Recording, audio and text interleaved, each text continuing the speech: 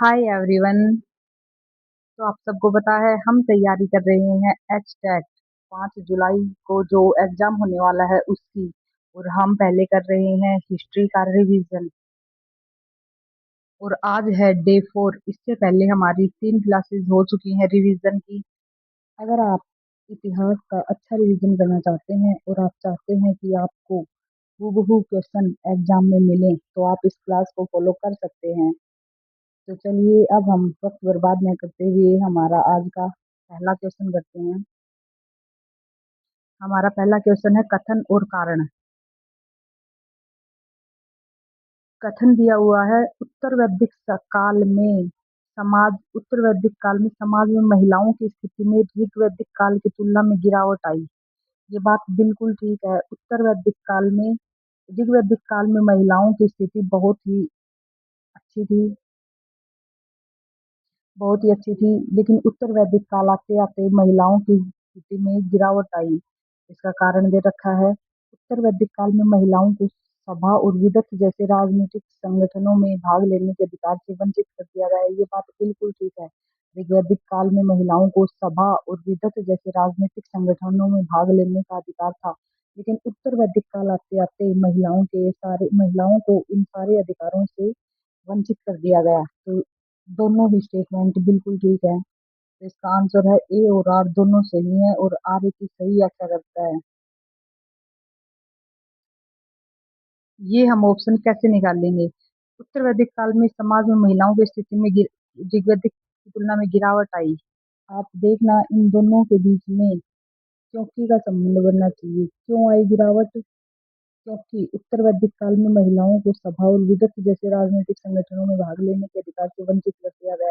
इसमें हमें क्योंकि का संबंध बन रहा है तो हम कह सकते हैं ए और आर बिल्कुल ठीक है और आर एक ही सही व्याख्या कर रहा है। Option number A is the right answer. Next question. 6ठी शताब्दी ईसा पूर्व में महाजनपद काल के संदर्भ में निम्नलिखित कथनों पर विचार करो। चलिए तो करते हैं विचार। बौद्ध ग्रंथ अंगुत्तर निकाय और जैन ग्रंथ भगवती सूत्र में हमें 16 महाजनपदों की सूची मिलती है। ये क्वेश्चन हमने पहले भी किया था कि बौद्ध ग्रंथ अंगुत्तर निकाय में हमें 16 महाजनपदों की सूची मिलती है। और आज उसमें एक चीज और ऐड ऑन कर लेना कि जैन ग्रंथ के भगवती सूत्र में भी हमें 16 महाजनपदों की सूची मिलती है। सेकेंडरी स्टेटमेंट है सभी 16 महाजनपदों में केवल राजतंत्रात्मक शासन व्यवस्था थी, कहीं भी गणतंत्र नहीं था। तो ये स्टेटमेंट बिल्कुल गलत है क्योंकि 16 के 16 महाजनपदों में राजतंत्रात्मक मोनार्की शासन व्यवस्था नहीं थी। क्योंकि हमने पढ़ा है वज्जी वज्जी जैसा महाजनपद गणतंत्र था, रिपब्लिक था। तो ये स्टेटमेंट गलत हो गई। थर्ड स्टेटमेंट है अस्मक। अस्मक एकमात्र ऐसा महाजनपद था जो दक्षिण भारत में गोदावरी नदी के तट पर स्थित था। तो ये ऑप्शन भी बिल्कुल ठीक है। अस्मक भारत में गोदावरी नदी के तट पर स्थित था, साउथ में। तो इस क्वेश्चन का सही आंसर है 1 and 3। Option number C, 1 and 3। चलिए आगे चलते हैं। मौर्य वंश के डिक्लाइन के बाद, after the decline of Mauryan dynasties, Bharat में आए विदेशी आक्रमणकारियों को उनके भारत के सही कालक्रम के अनुसार लगाना है। सबसे पहले आई उन्हें, फिर उसके बाद और फिर उसके बाद। तो हम सबको पता है इंडो ग्रीक सबसे पहले आए। तो दो पहले आएगा। फिर आए सकाज एक, फिर आए पहलव या पर्थियंस 4 और फिर आए कुषाण 3। इसका सही आंसर है 2143। Indo Greek, Sakas, Parthians and Kushan. Next question. Harappa सभ्यता के निम्नलिखित प्रमुख सत्रों को उनके उनसे प्राप्त अनूठे साक्ष्यों के साथ सम्मिलित करना है। एक तरफ सूची 1 दी गई है सत्रों की और दूसरी तरफ सूची दी गई है उनसे प्राप्त एविडेंस की। तो सूची 1 को सूची 2 से मिलान करना है। तो चलिए करते हैं। लोथल आप सबको पता है लोथल से हमें डॉकयार्ड मिला है और लोथल गुजरात में है। कालीबंगा से हमें जीते हुए खेत के साक्ष्य और अग्निकुंड मिले हैं और कालीबंगा राजस्थान में है। और कालीबंगा से हमें काले रंग की चूड़ियों के साक्ष्य भी मिले हैं। कालीबंगा का लिटरल मीनिंग है काले रंग की चूड़ियां। मोहनजोदारो मोहनजोदारो का तो सबको ही पता होगा कि कांसे की मिट्टी की मूर्ति और विशाल स्नानागार जो आज के वर्तमान पाकिस्तान में है। और बनावली बनावली है हरियाणा के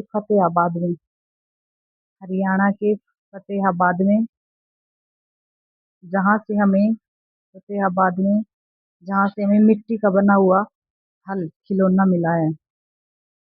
तो ए का 3, बी का 1,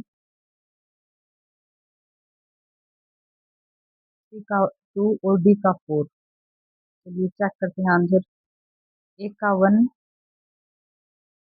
नो सॉरी, ए का 3, बी का 1, ए का 3, बी का 1, ए का 3, बी का 1, एक ही ऑप्शन में है ए का 3 और बी का 1। नेक्स्ट क्वेश्चन की तरफ चलते हैं हम। बौद्ध धर्म से रिलेटेड क्वेश्चन है। बौद्ध धर्म अनिश्वरवादी ईश्वर को न मानने वाला और अनात्मवादी आत्मा की अमरता को न मानने वाला। तो आप सबको पता है बौद्ध धर्म ईश्वर को नहीं मानता था और अनाम आत्मा की अमरता को भी नहीं मानता था। बौद्ध धर्म पुनर्जन्म में विश्वास करता था, पुनर्जन्म वो भी कर्मों के पुनर्जन्म में विश्वास रखता था। गौतम बुद्ध ने पुनर्जन्म के सिद्धांत को पूरी तरह खारिज कर दिया गया था। नहीं, ये स्टेटमेंट गलत है। बौद्ध धर्म में पुनर्जन्म के सिद्धांत को खारिज नहीं किया था। बौद्ध धर्म में पुनर्जन्म को मानना था और वो भी कर्मों के पुनर्जन्म को मानना था, कर्म के पुनर्जन्म को। और बुद्ध ने मध्य मार्ग तपस्या और विलासिता के बीच का रास्ता पाने पर बल दिया था। ये ऑप्शन भी बिल्कुल ठीक है। तो हमसे क्या पूछा, सही पूछा है। तो 1 and 3 is the right answer. 1 and 3, option number B 1 and 3 is the right answer. Next question देखते हैं। मध्यकालीन भारतीय इतिहास मेडिवल हिस्ट्री से क्वेश्चन है। मोहम्मद बिन तुगलक ने अपनी राजधानी दिल्ली से दौलताबाद स्थानांतरित जो उसकी सबसे बड़ी भूल साबित हुई। ये बात बिल्कुल ठीक है। मोहम्मद बिन तुगलक ने अपनी राजधानी दिल्ली से दौलताबाद स्थानांतरित कर दी थी। क्यों की थी? क्योंकि उसको दौलताबाद देवगिरी क्योंकि उसको दक्षिण के राज्यों पर नजर रखनी थी, इसलिए उसने दिल्ली से दौलताबाद स्थानांतरित कर दी थी। और वो उसकी सबसे बड़ी भूल साबित हुई। उसकी सबसे बड़ी भूल साबित क्यों हुई? क्योंकि दिल्ली से दौलताबाद जाने में 1500 किलोमीटर का रास्ता पड़ता है और इतनी दूर चलते चलते आधी सेना तो वैसे ही आधी सेना तो रास्ते में ही मर गई। बहुत से लोग मर गए थे। इसका कारण दिया हुआ है क्योंकि वह दक्षिण भारत पर, मैंने तो कारण पहले ही बता दिया, दक्षिण भारत पर बेहतर नियंत्रण रखना चाहता था, लेकिन वह दिल्ली की जनता की भावनाओं और भौगोलिक दूरी का सही आकलन नहीं कर पाया। ये बात भी बिल्कुल ठीक है। ए और आर ठीक है और आर ए की सही व्याख्या करता है। Option number A is the right answer. Next question. Vijayanagar साम्राज्य के महान शासक कृष्णदेव राय के संदर्भ में कथनों पर हमें विचार करना है। तो चलिए करते हैं विचार। उन विजयनगर साम्राज्य में कृष्णदेव राय का संबंध विजयनगर के तुल्लु वंश से था, तुल्लु डायनेस्टी से था। बिल्कुल सही है। ये क्वेश्चन हमने पहले भी किया है कि कृष्णदेव राय विजयनगर साम्राज्य के ग्रेट शासक हुए थे और उनका संबंध तुल्लु वंश से था। उनके दरबार में अष्टदिग्गज रहते थे जो तेलुगु भाषा के 8 प्रसिद्ध कवि थे। ये बात भी बिल्कुल ठीक है। और उन्होंने तेलुगु में अमुक्त माल्याद और संस्कृत में जाम्बवती कल्याण नाम नामक ग्रंथों की रचना की। ये बात भी बिल्कुल ठीक है। इसका सही आंसर है 1 2 3, बहुत सारे उपयुक्त सभी।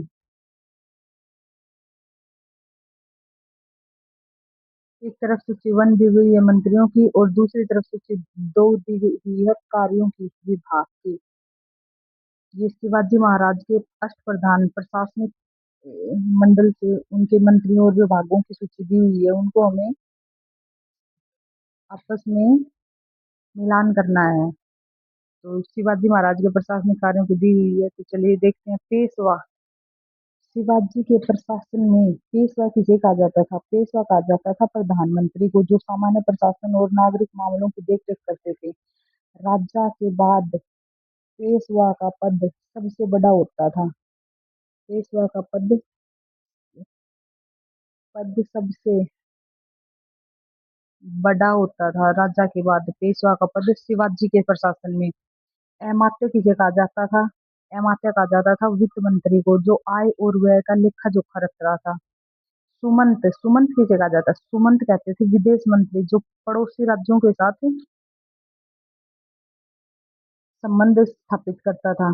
सुमंत कहते थे विदेश मंत्री को, जो पड़ोसी राज्यों के साथ संबंध स्थापित करता था। और सर ए नौबत कहते थे मुख्य सेनापति, जो सेना की भर्ती करता था और संगठन की देख रेख करता था।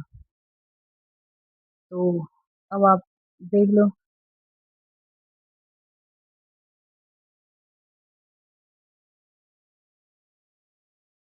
पेशवा। एक का तीन।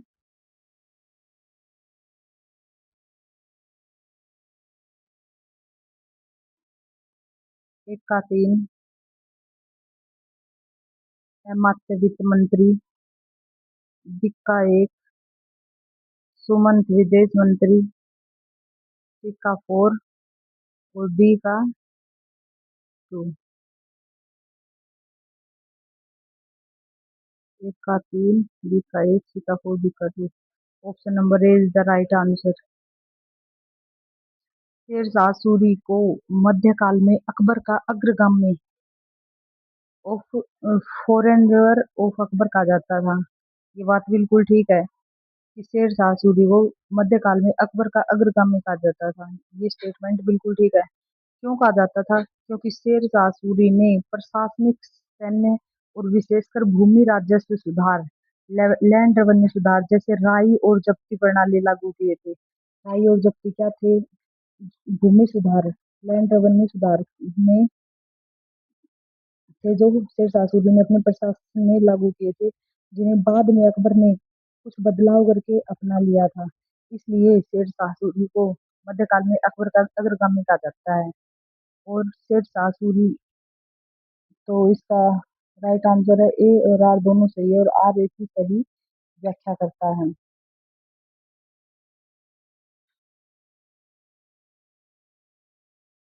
ये मैंने व्याख्या दे रखी है, चलिए पढ़ देते। शेरशाह सूरी का राजस्व प्रशासन बहुत ही शानदार था।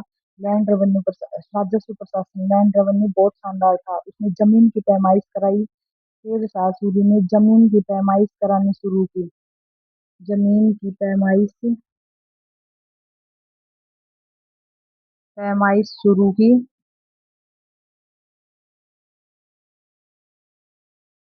और सिकंदरी गज का इस्तेमाल किया। अकबर के प्रसिद्ध वित्त मंत्री अकबर के प्रसिद्ध वित्त मंत्री थे टोडरमल। टोडरमल, वही टोडरमल जिसने दहसाला प्रणाली शुरू की। दहसाला प्रणाली शुरू की टोडरमल ने। वो पहले शेरशाह के दरबार में काम करता था, इसीलिए शेरशाह की नीतियों का असर अकबर पर सीधा दिखा। नेक्स्ट क्वेश्चन है, मुगल सम्राट अकबर के धार्मिक सुधारों के संदर्भ में निम्नलिखित कथनों पर विचार करो। चलिए करते हैं विचार।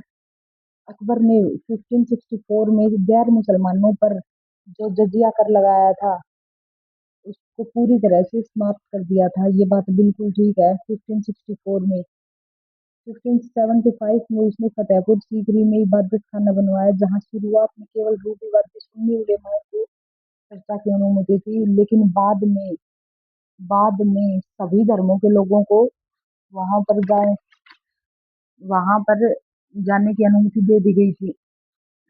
और ऑप्शन स्टेटमेंट नंबर थ्री है, 1582 में उसने दीन ए इलाही नामक एक नए धर्म की शुरुआत की, जिसे अपनाने वाला एक मात्र हिंदू तानसेन था। ये स्टेटमेंट यहाँ तक तो ठीक है। 1582 में उसने दीन ए इलाही नामक एक नए धर्म की शुरुआत की अकबर ने, परंतु उसको अपनाने वाला एकमात्र हिंदू तानसेन नहीं है। उसको एकमात्र हिंदू उस समय बीरबल होता था, वो था, बीरबल था।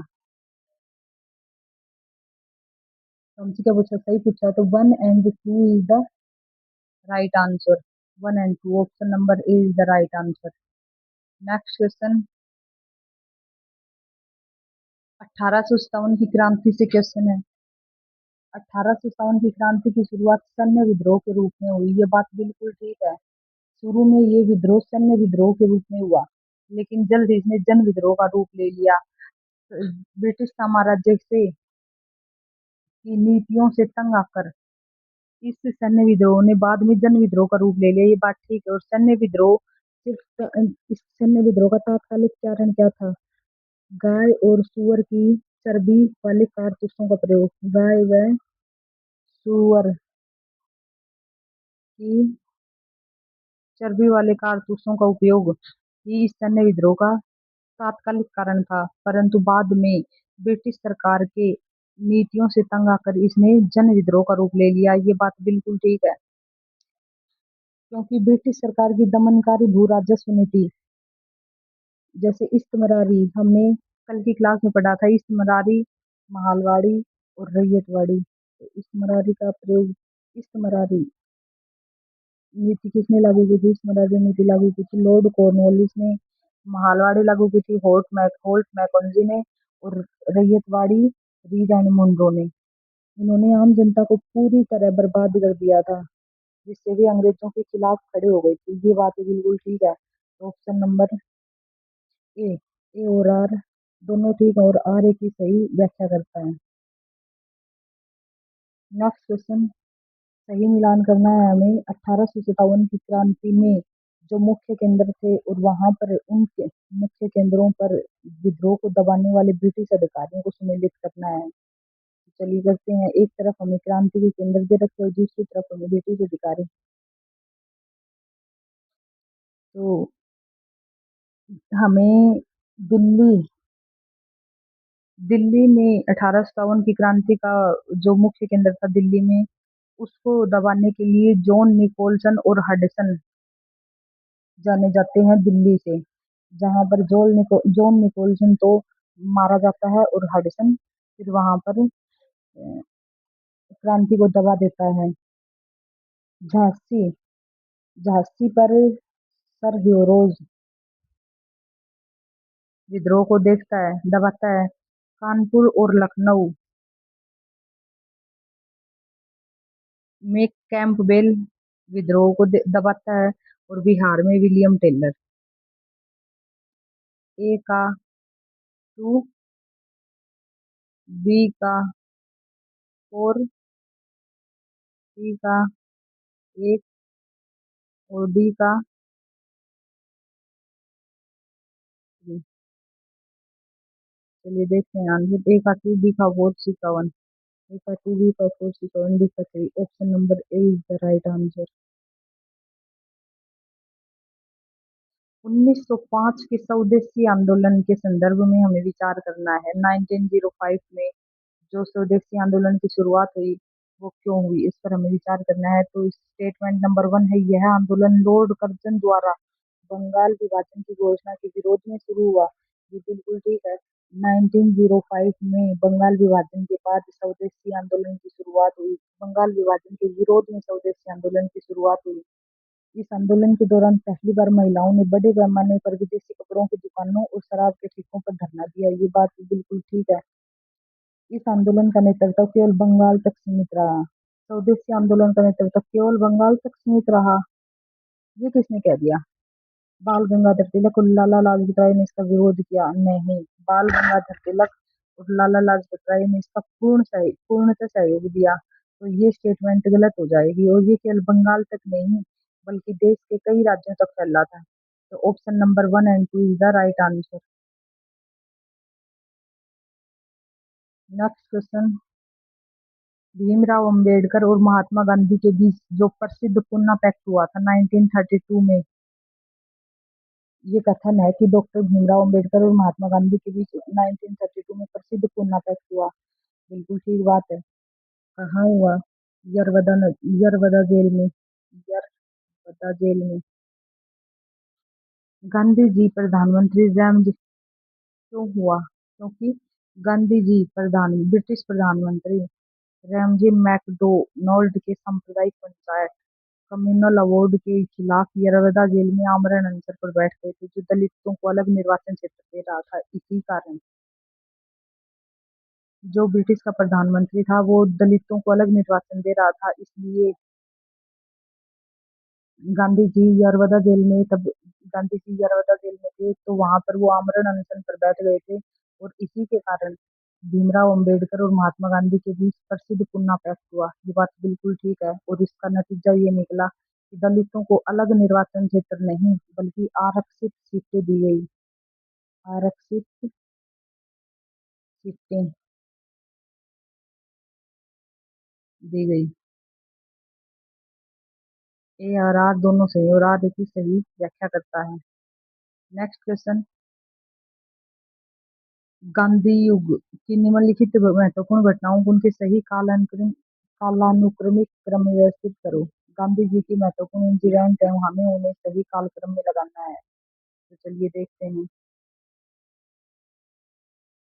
दांडी मार्च, नमक सत्याग्रह की शुरुआत। तो आपको पता है नमक सत्याग्रह की शुरुआत 12 मार्च 1930 को साबरमती नदी के तट पर शुरू हुई, जिसमें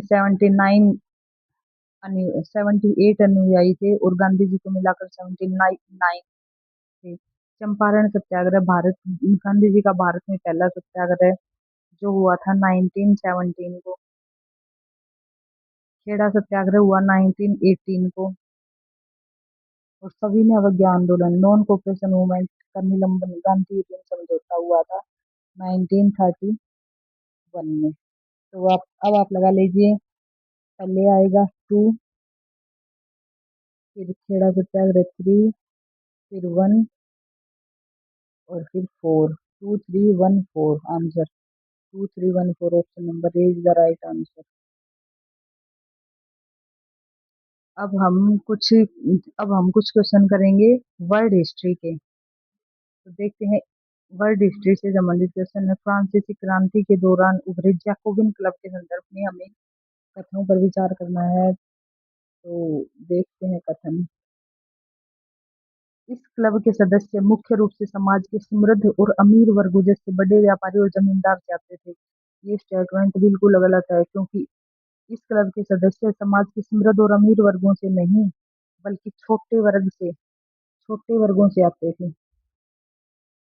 छोटे वर्गों जैसे दुकानदार हो गए, मोची हो गए, ऐसे जो छोटे वर्ग थे वहां से आते थे। इसके सदस्य बिना घुटने वाले लंबे पजामे पहनते थे। इन्हें शोकुलात कहा जाता था। ये बात बिल्कुल ठीक है। इस क्लब का मुख्य नेता मैक्सिमिलियन रोबेस्पियर था। ये बात भी बिल्कुल ठीक है। तो option number 2 and 3 is the right answer. Next question है, 19वीं शताब्दी में के मध्य में इंग्लैंड को दुनिया का कारखाना वर्कशॉप ऑफ द वर्ल्ड कहा जाने लगा। ये बात बिल्कुल ठीक है। ये स्टेटमेंट बिल्कुल ठीक है कि 19 शताब्दी में के मध्य में इंग्लैंड को दुनिया का कारखाना वर्कशॉप ऑफ द वर्ल्ड कहा जाने लगा। क्यों कहा जाने लगा? क्योंकि औद्योगिक क्रांति की शुरुआत सबसे पहले इंग्लैंड में ही हुई। क्योंकि वहां कोयले और लोहे के विशाल भंडार पास पास उपलब्ध थे और उनके पास एक बड़ा औपनिवेशिक बाजार था। कच्चे माल का आयात और तैयार माल का निर्यात करने के लिए भारत जैसा देश उनके पास था, भारत मौजूद था। इसीलिए इंग्लैंड ज्यादा इंग्लैंड औपनिवेशिक बाजार बन गया। तो ए और आर दोनों सही हैं, और आर ए की सही व्याख्या करता है। नेक्स्ट क्वेश्चन है, 1917 की रूसी अक्टूबर क्रांति के संदर्भ में निम्नलिखित कथनों पर विचार करो। तो रूसी क्रांति, रूस में जो अक्टूबर क्रांति हुई थी उसके संबंध में हमें कुछ विचार दिए गए हैं। यह क्रांति जार निकोलस द्वितीय के निरंकुश शासन के खिलाफ थी, जिसके बाद रूस में राजशाही का अंत हुआ। ये ऑप्शन गलत है, क्योंकि अक्टूबर क्रांति से पहले फरवरी क्रांति हुई थी। अक्टूबर क्रांति से पहले फरवरी क्रांति हुई थी। फरवरी क्रांति से ही रूस में मोनार्कियल खत्म हो गया था बिल्कुल। इस क्रांति का नेतृत्व व्लादिमीर लेनिन की बोल्शेविक पार्टी ने किया था। ये बात बिल्कुल ठीक है कि अक्टूबर क्रांति का नेतृत्व लेनिन की बोल्शेविक पार्टी ने किया था। और क्रांति के तुरंत बाद बोल्शेविकों ने रूस को प्रथम विश्व युद्ध से बिल्कुल अलग कर दिया था। ये बात भी बिल्कुल ठीक है। तो option number 2 and 3 is the right answer. Option number 2 and 3 is the right answer.